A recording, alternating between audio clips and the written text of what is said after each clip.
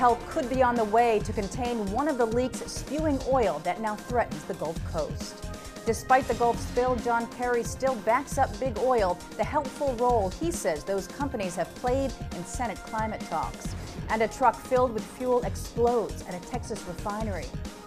From the Energy News Center in Washington, D.C., this is the Energy Report with Susan McGinnis. Good afternoon, I'm Susan McGinnis. Thanks for joining us for the Energy Report. A 100-ton concrete and steel box to help funnel out oil spewing from the bottom of the Gulf of Mexico is now on its way to the sunken rig. It's expected to be deployed sometime tomorrow, with hopes that oil can be captured and pumped to a barge sometime early next week.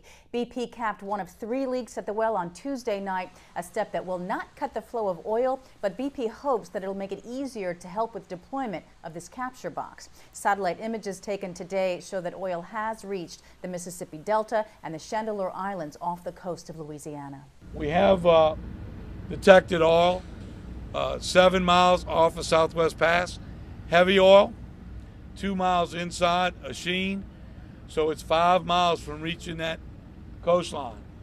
This is a serious threat. We will be working with BP to deploy boom.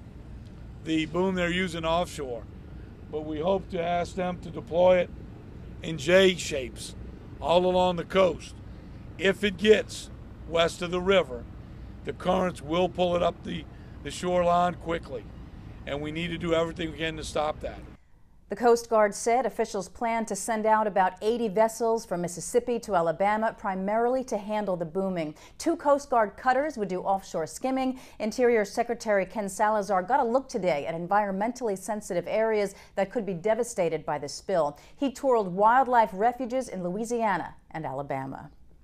House Democrats outraged over the Gulf disaster are now following in the footsteps of their Senate counterparts. Today, 8 Democrats from coastal states introduced the House version of the big Oil Bailout Prevention Act. This bill would raise the economic damages cap for those responsible for oil spills from $75 million to $10 billion. Clean Skies News talked with the White House today about these bills, and the press secretary's office gave us this statement. The administration, in the context of a comprehensive energy bill, strongly supports efforts on Capitol Hill to raise the Oil Pollution Act damages cap significantly above $75 million.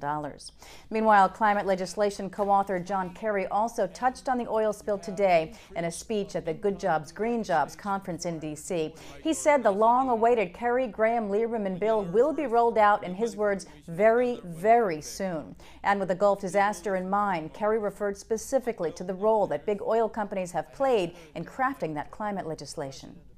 Ironically, we've been working very closely with some of these oil companies in the last months. And I want to tell you, they've acted in good faith. And they have worked hard with us to try to find a way to get a solution that meets all of our needs. Clean Skies News also talked with Kerry briefly after his speech. We asked him about losing support from certain Democrats upset over potential offshore drilling language associated with the climate bill, and Kerry said confidently, "We haven't lost them." A large fire has been burning at the AGE refinery in San Antonio, Texas. It happened when an 18-wheeler being loaded with fuel exploded, setting off a chain reaction of smaller blasts. 60 workers were on the scene at the time of the explosion. 1 person is reported missing. Several others are being treated for injuries. Police in the area were shutting down roads up to 5 miles surrounding the refinery. Buildings, including apartments and businesses within a mile of the refinery, were being evacuated. The refinery processes about 14,000 barrels of oil a day. Government investigators may be days away from re-entering the Upper Big Branch mine in West Virginia. State official Joel Watts says new readings show gases that have kept investigators out of the mine are dissipating. Federal regulators have identified methane gas, coal dust, or a mix as the likely cause of this fatal explosion, but the ignition source is still unknown. The explosion on April the 5th killed 29 miners and injured 2 more. Massey has joined the call for federal regulators to conduct a public hearing on the explosion. It issued a statement today saying transparency is an important part of the investigation. Meantime, Massey Energy plans to open a sales office in Switzerland to promote coal sales in international markets. President Baxter Phillips says the office will allow Massey to expand its sales of metallurgical coal to produce steel in both Eastern Europe and the Middle East. Virginia Attorney General Ken Cuccinelli is investigating a former UVA professor's climate change research.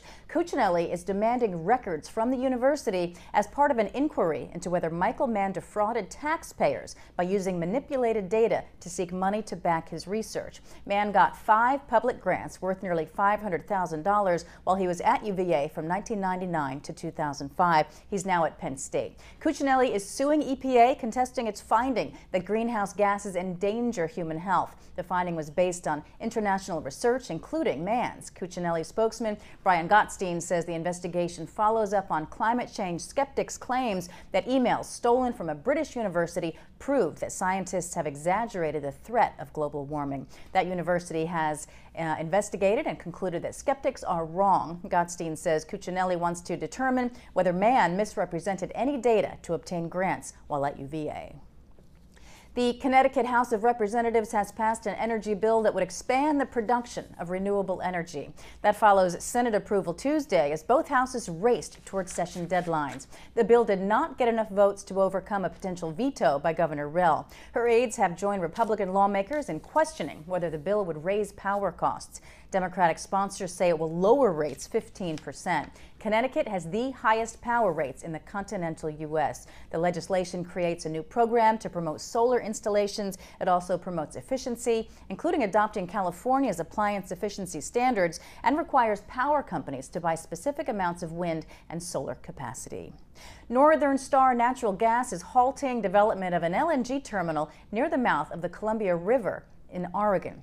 President Paul Sones said in a statement extended delays in state and federal permits led to this decision. The company started work on the Bradwood Landing project near Astoria 6 years ago in hopes of building the first deep water port for LNG tankers on the West Coast and a pipeline to send gas through the state. The project got federal approval, but state officials opposed it, saying it wasn't needed and posed environmental problems.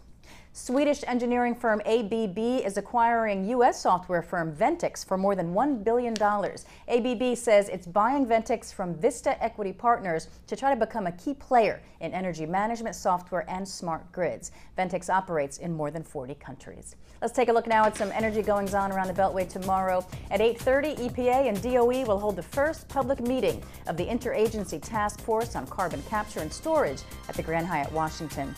At 9:30, Senate E&R holds a meeting to consider bipartisan amendments to the American Clean Energy Leadership Act of 2009. That's the Energy Report. We'll see you tomorrow with your latest energy news. For any suggestions or comments about our programming on Clean Skies News, you can email us at contact@cleanskies.com. You can also follow us on Twitter and Facebook. From all of us here in the Energy News Center, have a great day.